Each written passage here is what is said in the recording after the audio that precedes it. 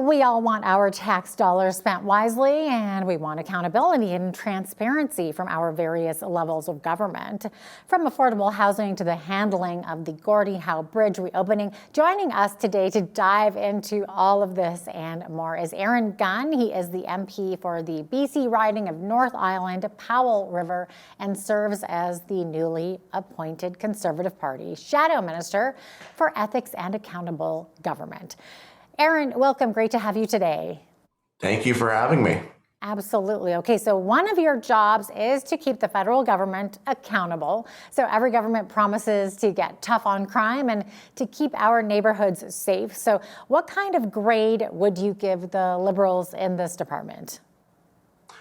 Well, not a very high grade, I can tell you that. There's been, we've seen over the past 10 years, and not just with this newly elected Liberal government, a real challenge on their part to keep repeat violent offenders behind bars. And that's because of legislation they have passed historically that's made it almost automatic for these individuals, dangerous offenders, to keep getting bail, to lower sentencing requirements. And then, of course, they also turbocharge the addiction crisis by funding and handing out free drugs, including dangerous, deadly, and addictive opioids, while calling it safe supply. So there's a lot of challenges that they have on many ethical issues. You mentioned taxpayer money. We've also seen, the We Charity scandal, SNC-Lavalin, and now there's this condo bailout. So we're going to keep the pressure on and try to hold them accountable. Okay, you're there in British Columbia. So what are your thoughts on Ottawa's plan to work with the BC government to buy out unsold condos in the province? That's the plan. Yeah, I think it's completely outrageous that they are using taxpayer dollars, over $1 billion in taxpayer money, to essentially bail out big developers, big banks, and foreign investors who have built and priced condos that nobody can afford, particularly in Vancouver, but they were looking to expand this project outside of Vancouver as well. They're using tax dollars literally from people who have been struggling to enter the fifth most unaffordable housing market on the entire planet, and using it to give money to developers just so that they wouldn't have to lower prices and make housing moderate to a more affordable level. And the crazy thing is so many of their other policies were actually designed, and some of which we supported, to increase the supply of housing so that the prices would decrease and moderate. And just when that's about to happen, they step in and they use taxpayer money to bail out developers and to keep prices artificially inflated. So we're completely opposed to it. We think it's a harebrained idea. And we also have very serious questions, and why we tried to, at the Ethics Committee, all the opposition parties voted to call for an investigation, but the Liberals shut down debate, because we wanted to know where this idea came from, who lobbied for it, and who may stand to benefit the most. Yeah. Aaron, do you have any practical suggestions as to potential solutions to this lack of affordable housing?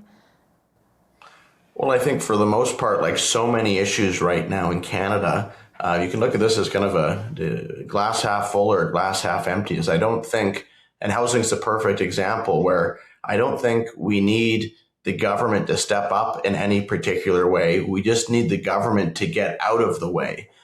In so many of these instances, the government is adding different levels of government are adding tens of thousands of dollars to the cost of new homes through taxes, through regulations, through delays. With this latest condo bailout, through literally artificially propping up the prices that we're paying in the market.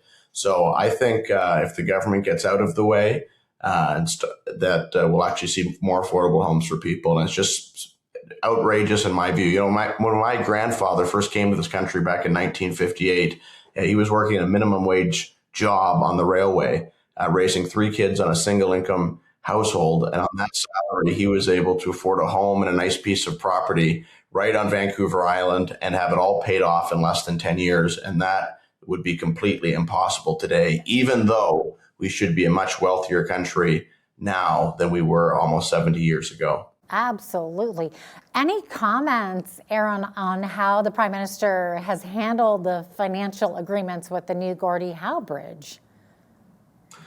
Well, look, I think we caught him being not truthful with Canadians about what was happening with that bridge deal.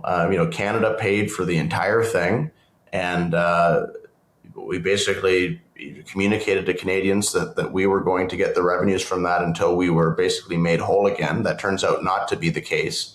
So again, this government over and over again seems to have a very challenging time telling Canadians the truth about what's happening. And unfortunately for Canadians and for this country, that goes back to these shady backroom deals where they bribed their way to a majority government that they didn't earn in the last election.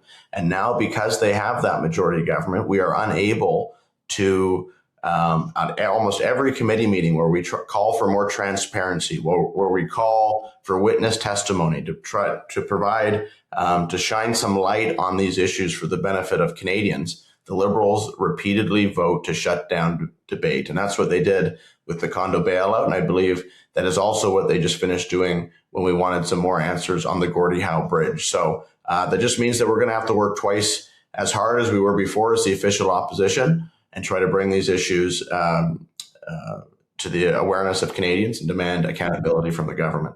Yeah. Getting back to your province there, Aaron, one issue that will undoubtedly be a major election issue is the debate over property rights and land title in BC and indeed across the nation. So in your opinion, was the ball dropped? And if so, what needs to be done to get the ball back on the right side of the field?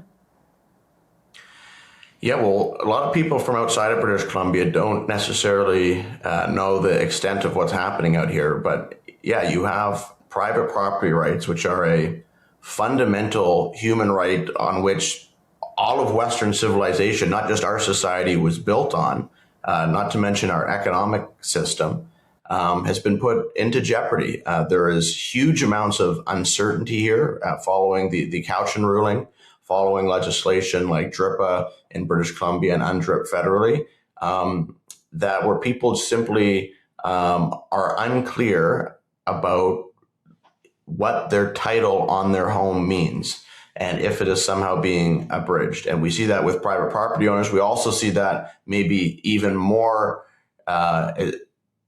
impactfully so far on industries like forestry, on industries like mining, on industries like oil and gas up in northeastern BC, where all of this uncertainty has caused billions of dollars to flee British Columbia. Just last week, Interfor, which is one of Canada's largest forestry companies that was founded in British Columbia decades ago, decided to essentially move all of their most of their senior executives and essentially their headquarters to the United States. We've seen that same story play out over and over again. And capital fleeing, jobs fleeing, and we need to bring certainty back to British Columbia. And also, when it comes to any future treaty going forward, I think we need to bring finality so that we can finally move on as a country together, which I think would be in everybody's best interest. Yeah, you mentioned earlier there Canada's forestry industry, and obviously it's been hit pretty hard lately. So what needs to be changed to inject some life back into our lumber industry? Well, the government's got to reverse, whether it's the provincial government here in BC or the federal government in Ottawa, they need to reverse their anti-forestry ideological policies that they've implemented over the past 10 years, whether it's these huge, areas that they've made off, taken out of what they call the working forest in British Columbia, where you're no longer allowed to conduct forestry operations there, whether it's this 30 by 30 being pushed by Mark Carney and the Liberal government, which is essentially wants to close 30% of Canada's waters and lands to any sort of economic activity like forestry, whether it is permitting delays where permits that used to take weeks now take months and those that took months now take years, or whether it's, as we were just chatting about, all of the legal and regulatory uncertainty created by how the government has chosen to manage the First Nations issues, not granting permits in certain cases. There's all sorts of things that lead from that. And at the end of the day, if the companies do not have certainty about what their land title means, they are not going to invest hundreds of millions or billions of dollars in this province or in this country. They're going to take that money and invest it somewhere else. So It's the responsibility of the elected leaders to step up and provide that certainty, and I don't think the government has done that to this point. Mm-hmm. Obviously, voters always expect governments to be transparent about finances and spending tax dollars. So is more transparency needed on the big plans around building a West Coast pipeline, as well as the proposed pipeline from Alberta to Ontario? Yeah, well, one thing I think the federal government has to stop doing is they need to stop playing politics when it comes to these nation-building projects. I mean, we still have in British Columbia this North Coast tanker ban, which is completely unscientific, which makes no environmental sense. You have tankers literally going up and down the coast from Alaska to the west coast of the United States. You have tankers leaving Burrard, the narrow Burrard Inlet in Vancouver, highly populated, lots of maritime traffic. You have oil tankers going up the St. Lawrence River in Quebec, but God forbid we have any tankers using the most optimal, shortest route to export markets in Asia, and where the oil could obviously come from northeastern BC, Alberta, and Saskatchewan. So instead, you just have a political decision that the Liberals are continuing with this tanker ban. You see it also with the various anti-energy policies, anti-Alberta policies, like the industrial carbon tax, like Bill C-69, and they keep announcing certain policies like the Major Projects Office that are supposed to bypass on a case-by-case basis some of this onerous regulation, where the real solution would be just to remove all of these unnecessary policies that have been implemented over the past 10 years by Justin Trudeau. But for some reason, they seem unwilling to do that.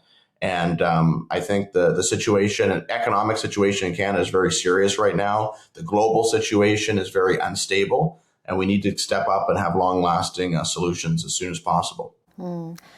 Aaron, free speech is vital to any democracy. So do you have any concerns around the direction Canada is headed in? Huge concerns. I mean, it seems to be one of the priorities of this new government, even though their rhetoric's changed, their legislative agenda hasn't seemed to change at all. They passed Bill C-9 over our strenuous objections that further restricts free speech in this country, that removes, good faith religious text from hate speech prosecution. They've recently introduced Bill C-22, which lays the groundwork in many ways for a future surveillance state.